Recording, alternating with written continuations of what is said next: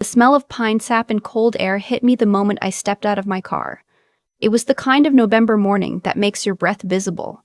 The kind that reminds you winter in Ontario isn't coming. It's already here. My daughter Lily was in the backseat, 6 years old, and already asking if Grandpa had made his famous apple cider, the one he simmers on the stove for hours with cinnamon sticks and cloves until the whole house smells like something from a storybook. Yes, baby, I told her. I'm sure he did. I believe that. I believed a lot of things that morning that turned out to be wrong. My grandmother had passed away 14 months earlier, just before Christmas, and this Thanksgiving was going to be the first real family gathering since the funeral. My grandfather, we all called him Grandpa Len, though his name was Leonard Ashford, was 83, sharp as ever, but quieter since Gran passed. My mother had suggested we bring the celebration to him this year, drive out to the old farmhouse in Prince Edward County, fill it with noise and people and the smell of food, remind him that the family was still whole. I was looking forward to it. I had driven 2.5 hours from Toronto with Lily, a casserole dish wedged into the back seat and a card Lily had made herself, with a crayon turkey on the front that had 6 legs because she said turkeys deserved more legs than people gave them credit for. I parked behind my brother's truck on the gravel lane and unbuckled Lily from her seat. She ran ahead of me toward the front porch, her little boots crunching on the frost-stiffened grass, and I followed with the casserole in both arms, already smiling. The front door opened before we reached the steps. My sister-in-law, Candace, stepped out.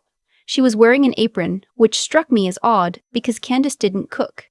She stood in the doorframe and looked at me the way you look at a delivery driver who's come to the wrong address. "Oh," she said, "you actually came." I shifted the casserole in my arms. "Of course I came. It's Thanksgiving, right?" She glanced at Lily, who had stopped on the bottom step and was looking up with wide eyes. "We're actually keeping it small this year. Just immediate family." I stared at her. "I am immediate family." She tilted her head slightly, the way she did when she was about to say something she'd already rehearsed. "We talked about it. You know how Grandpa Len gets overwhelmed. We decided to keep it to just your brother and me and the kids. It's better for him." I felt the cold settle into me then, deeper than the November air had managed on its own. "Does Grandpa know you made that decision? He agreed to it. Can I hear that from him?" She moved slightly in the doorframe, not enough to block it entirely, but enough to make the message clear. "He's resting. I don't want to disturb him." Lily tugged the hem of my coat. "Mama, are we not going in?" I looked down at her face, confused, not yet hurt, because she was 6 and hadn't yet learned that grown-ups could be deliberately cruel. And I made a decision. I wasn't going to fight on this porch, not in front of her, not with a casserole in my arms and my grandfather somewhere inside that house, not knowing his other grandchild had just been turned away at the door. "We're going to head back to the car for a minute," I told Lily. "It's okay." I put the casserole back in the trunk. I buckled Lily into her seat. I sat on the driver's side and put my hands on the steering wheel and just breathed for a moment. Lily was quiet in the back. She was old enough to know something was wrong, and young enough to not want to ask about it yet. I had just started the engine when my phone rang. It was Grandpa Len's number. I answered it on the first ring. "Natalie."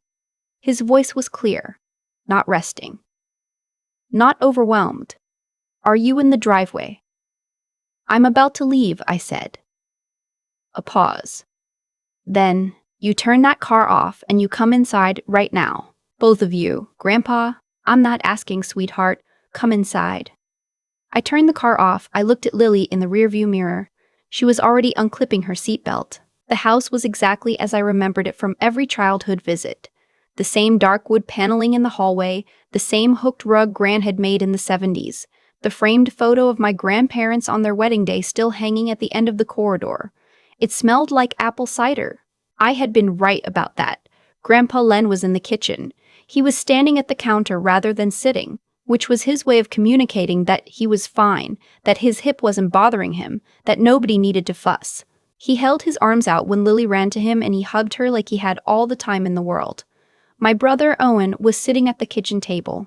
He didn't look at me when I came in.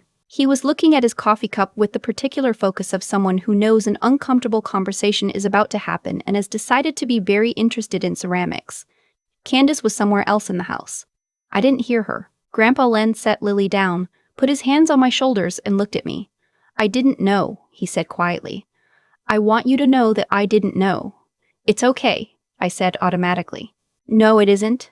He said it gently, the way he said everything, but with a firmness underneath that had always reminded me of the old growth trees behind the property. Quiet, immovable. Come sit down. There's something I need to tell this family, and I've been waiting too long already. Owen looked up from his coffee cup. Grandpa Len pulled out a chair at the head of the table, his chair, always his chair, and sat down slowly. He folded his hands on the table. He looked at Owen first, then at me. You both know about the Ashford account, he said. Owen went very still. I knew what it was. Vaguely, a registered savings account my grandfather had set up in the 1980s, originally for my grandmother's long-term care, later rolled into a general family account he planned to divide between Owen and me when the time came. He had mentioned it a few times over the years, not in detail, just enough that we knew it existed. He had always said there was no rush, that it would all be handled properly.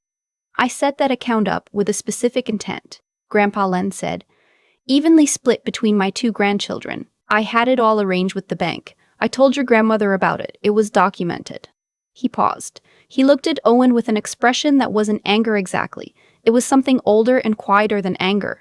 In August, he said, I got a letter from the bank saying the account had been updated. The beneficiary designation had been changed. I was listed as having made the change myself, in person, in July. I didn't understand at first. I looked at Owen. Owen had stopped being interested in his coffee cup. I did not go to that bank in July, Grandpa Len said. I have not left this property unassisted since May. My hip replacement was in April and I was under physician's orders to limit travel. Any of you could have told you that. The room was very quiet. Lily had wandered into the living room at some point, drawn by a basket of old toys Grandpa kept for her visits, and I could hear the soft sound of wooden blocks from the other room. The beneficiary had been changed entirely to Owen, Grandpa Len said. Just Owen, no split. I heard myself say, Grandpa, that can't. I've been to the bank. I've spoken to my lawyer. The branch manager confirmed that someone came in representing themselves as me with identification. He paused. Owen's name was listed as the authorizing agent on the updated form. Owen stood up. That is not what happened. Then explain what happened, Grandpa Len said. He said it simply, the way you ask someone to explain something you genuinely don't understand. But his eyes didn't move from Owen's face. What followed was the kind of silence that a family never fully recovers from. Owen started to speak twice and stopped. He said that Candace had just been trying to help, that they'd had to put down a deposit on the new house in Kingston. And it had been more than expected, that he had planned to pay it back, that Grandpa hadn't been using the money anyway, that he had thought, you thought I wouldn't notice. Grandpa Len said, I thought there was time to fix it. That money wasn't mine to spend while I'm alive, Owen. I set it aside, for both of them. I set it aside for both of my grandchildren the year your mother was born. His voice was even, completely even, and you sent your wife to the door this morning to turn away your sister and her child so she wouldn't be at this table when I found out. The casserole dish was still in my hands when I had walked in. I had set it on the counter without thinking. I looked at it now, the green ceramic dish my grandmother had given me when I moved into my first apartment, the one she had said should stay in use and not sit on a shelf. Owen sat back down. He put his face in his hands. Candace had appeared in the doorway at some point. I didn't know how long she'd been standing there. I want to be clear about something, Grandpa Len said. He was looking at me now. I called my lawyer on Monday. His name is Mr. Beauchamp, and he's been with our family for 30 years. We are correcting the beneficiary designation. That process is already underway, and the bank is cooperating fully. The funds are protected. I felt something unknot in my chest that I hadn't realized had been pulling tight. But I also asked Mr. Beauchamp to look at my will. He looked at Owen again, not unkindly but fully. I had named you joint executor. I'm removing that. I'm also making adjustments to reflect what's happened here. Not out of punishment, out of clarity. When you're 83 years old, you understand that a document like that needs to reflect the truth of a family, not the story you wish were true. Owen said very quietly, Dad, I'm your grandfather, he said. Not your father. Your father would have told you that what you did wasn't just wrong. It was a crime. Fraud and identity theft are real offenses under Canadian law. I'm not going to the police because you are my grandson and I still love you. But that decision cost you something. And I need you to understand that it wasn't my money you were borrowing. It was your sister's future. The wooden blocks had gone quiet in the living room. Lily appeared in the doorway, holding a small painted horse she'd found in the toy basket, looking at the room full of silent adults with the calm, observant expression that 6-year-olds sometimes have, that makes you feel they understand more than they're letting on. "Grandpa Len," she said, "is the cider ready yet?" He looked at her for a long moment, and something in his face shifted, not away from what had just happened, but around it, making room. He pushed himself up from the table. "It is, little bird," he said. "Come and I'll pour you a cup." Candace left before dinner. I don't know what she and Owen said to each other in the hallway. I didn't try to hear. Owen stayed. He sat through the meal without speaking much, eating slowly, occasionally watching Lily with an expression I couldn't fully read. At one point he helped clear the plates, which he didn't usually do, and I thought maybe that was something. Grandpa Len and I sat together after dinner at the kitchen table, while Lily fell asleep on the living room sofa under the quilt Gran had made, the one with the squares of fabric from old family clothing, scraps of a wool coat, a child's pajamas, a church dress from the 60s. Grandpa had a cup of tea. I had one too. "I should have come out more," I told him. "This year, after Gran." "You came," he said. "Not enough." He was quiet for a moment. "You brought her," he said, nodding toward the living room. "Every time. Your grandmother liked that. She told me before she passed that you were the one who understood what a family actually is. Not a document, not a building." He tapped the table lightly. "Just showing up. Bringing the people you love to the people you love." I pressed my lips together. I was not going to cry at my grandfather's kitchen table on Thanksgiving. "Can I ask you something?" I said. "Always. Were you really not going to say anything, if I hadn't come today?" He picked up his tea. He considered it. "I was going to say something," he said. "I had the meeting with Mr. Peel, Beauchamp on Monday. The account is being corrected. I had already decided about the will." He set the cup down. "But I wanted you here when I said it. I wanted you to hear it in person. I didn't want you to find out in a letter, years from now, after I was gone, wondering what happened." I nodded. I was still not going to cry. "Natalie." He looked at me. He had gray eyes, my grandfather pale and steady as lake water in September. "You came today with a casserole dish and a 6-year-old and a 2.5-hour drive behind you. And when someone turned you away at the door, you didn't make a scene. You didn't shout. You put your daughter in the car and you were ready to drive home." He shook his head slowly. "That kind of dignity, that's not weakness. That's not something to outgrow. That's the thing that makes people worth trusting." I reached over and put my hand over his. We sat like that for a while, in the warm kitchen that smelled like cider and wood smoke, and the particular quiet of a house that has held generations of people through hard winters. Outside, the first real snowflakes of the season had started to fall, soft and slow, the way the first ones always do in Ontario, like they're still deciding if they mean it. I didn't drive home that night. Grandpa Len made up the spare room for Lily and me, and in the morning he made pancakes from a batter he mixed by hand.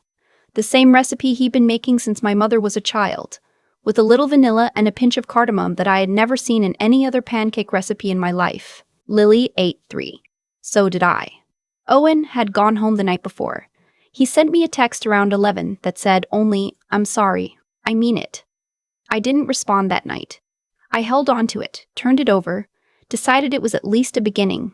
Some things take longer than one conversation to repair. Some things take longer than one season. But I have learned from my grandfather, from the way he handled that morning, the way he sat at the head of that table without raising his voice, the way he looked at both of us without flinching, that the people worth keeping in your life are the ones who show up honestly, even when it costs them something. Especially then. I drove back to Toronto on Friday with Lily asleep in the back seat, the empty casserole dish in the trunk, and a small jar of apple cider concentrate Grandpa Len had pressed into my hands at the door. "For when you need it," he said. "I have it on my kitchen shelf. I haven't opened it yet. I'm saving it for a morning that feels like the right one. Cold and quiet and bright. The kind where you can see your breath and the world looks like it's just starting." I keep thinking about that jar of apple cider on my kitchen shelf. The one Grandpa Len pressed into my hands at the door before I drove back to Toronto.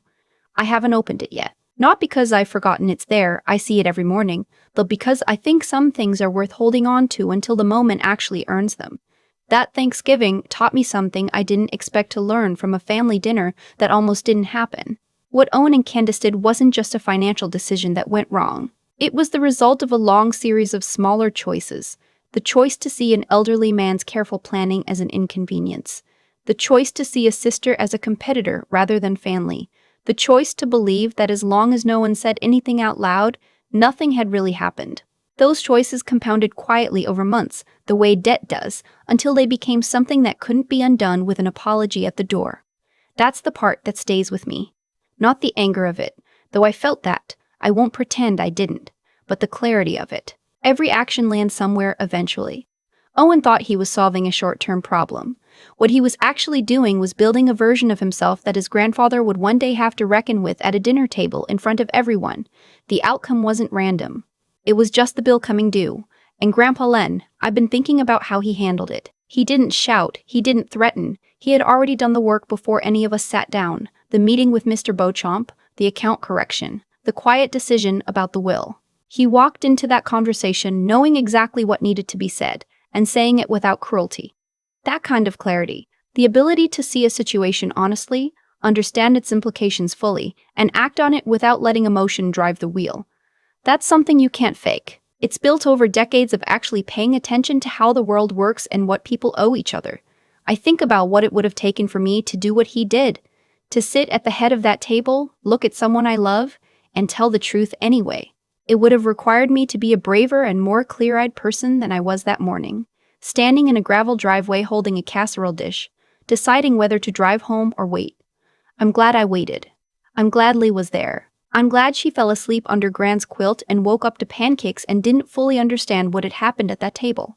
Because what she did understand was that her great-grandfather came to the door, called us back, and made room for us. That's what she'll carry from that day, the being called back. I got in my car on Friday with the empty casserole dish, a jar of cider, and a text from my brother that said he was sorry. I didn't know yet if that was true in the way it needed to be true. But I kept it. I read it again on the highway, somewhere between Belleville and Oshawa, while Lily slept in the back seat. Some things take longer to repair than one conversation. Some things take a whole season, or more. But I've learned, from watching an 83-year-old man sit quietly at the head of his own table and tell a hard truth with steady hands, that the people worth becoming are the ones who show up honestly, think carefully, and hold on until the right moment. Even when it costs them something, especially then.